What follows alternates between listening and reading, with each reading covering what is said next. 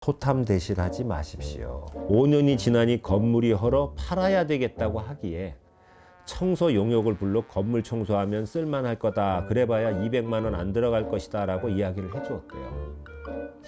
그런데 작은 건물에 월세도 얼마 안 들어오는데 뭔 청소냐 하며 넘어갔답니다. 제 값을 받았을까요? 못 받았대요.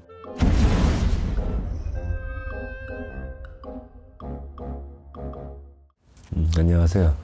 유튜브 찍던 역사상 처음으로요. 이번 영상의 제목은 순수하게 제 친한 자산가 손님한테 받은 제목이고 내용입니다. 근데 저도 뭐 이렇게 원고 쓰고 하다 보니까 원고를 다시 그거를 옮겨 적어가지고 제 내용인 것처럼 할 수도 있었겠지만 그렇게 하는 성격도 아니고, 근데 또 인생의 교훈도 되는 이야기고 해요.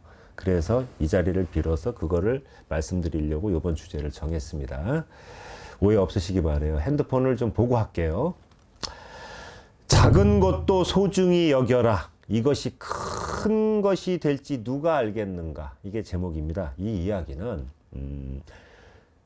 제가 유튜브 원고 쓰느라고 고뇌하고 있다는 이야기를 들으시고 저와 친한 신도이신 제2 회장님, 강남과 강북에 걸쳐 수천억대 자산가이신 저하고 나이 차이가 많이 안 나는 제2 회장님, 남자분인데요. 제2 회장님이 한법사님 하면서 제공해 주신 이야기예요. 카톡으로 보내오셨어요. 자신의 이야기와 주변에서 겪은 이야기를 믹스해 갔고요.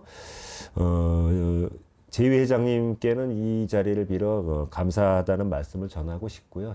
행여 조금이라도 뭐 기분이 좀 상하셨다면 그건 이해하시기 바라고요. 뭐 제가 나쁜 뜻으로 그렇다고 저한테 이렇게 전해주신 거 뭐 써도 된다는 허락으로 알고 제가 여기 방송에서 이 내용을 이야기하겠습니다. 그래서 제가 부제목을 붙여봤어요. 소탐대실하지 마십시오. 자, 핸드폰을 열어볼게요. 이제 이분의 이야기입니다. 제가 아는 사람이 강북에 대지 50평 그리고 5층짜리 건물을 가지고 있었답니다. 그분이 아시는 분이, 뭐 건물주들은 또 건물주들끼리 비슷한 분들끼리 많이 어울리시잖아요. 그렇죠? 월세가 500만 원 좀 넘게 들어오는 정도였대요. 그래서 청소도 안 하고 월세만 받아 챙기고 있었다는 겁니다. 이거 관리를 안 한 거예요. 5년이 지나니 건물이 헐어 팔아야 되겠다고 하기에 청소 용역을 불러 건물 청소하면 쓸만할 거다. 그래봐야 200만 원 안 들어갈 것이다 라고 이야기를 해주었대요. 그런데 작은 건물에 월세도 얼마 안 들어오는데 뭔 청소냐 하며 넘어갔답니다. 무슨 라디오 시청자 사연 읽는 것 같아요. 그렇죠? 그런데 과연 그런 건물에 좋은 세입자가 들어올까요? 안 들어왔답니다. 좋은 세입자가. 그러니까 수익이 안 났겠죠. 뭐 공실도 되고 했겠죠.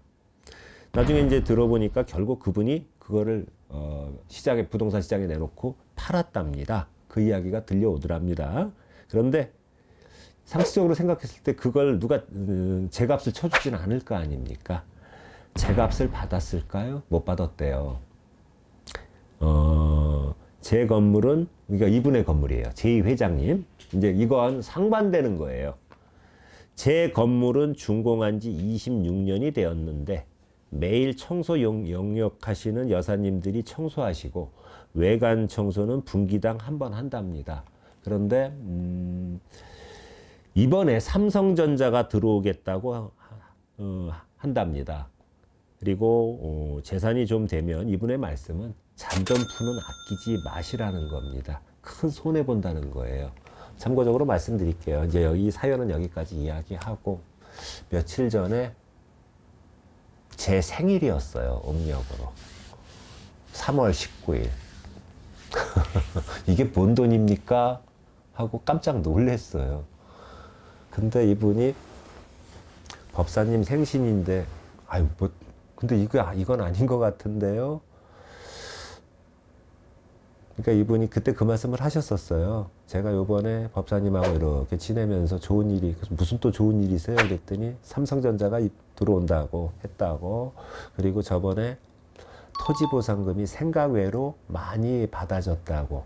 참 그래도 항상 좋은 마음으로 빌어주시고 기도해 주셔서 그렇다고 뭐 아니 뭐 제가 그래서 그러겠습니까? 제가 무슨 뭐 저기 도수를 부리는 도인도 아니고 그냥 우리 선생님께서 회장님이 복이 많으셔서 그렇다고 생각이 드네요. 이러고 말았는데 그래서 며칠 전에 이제 제 생일날 이제 그렇게 챙겨주셨던 기억이 나는데 지금 또 그 사연이에요.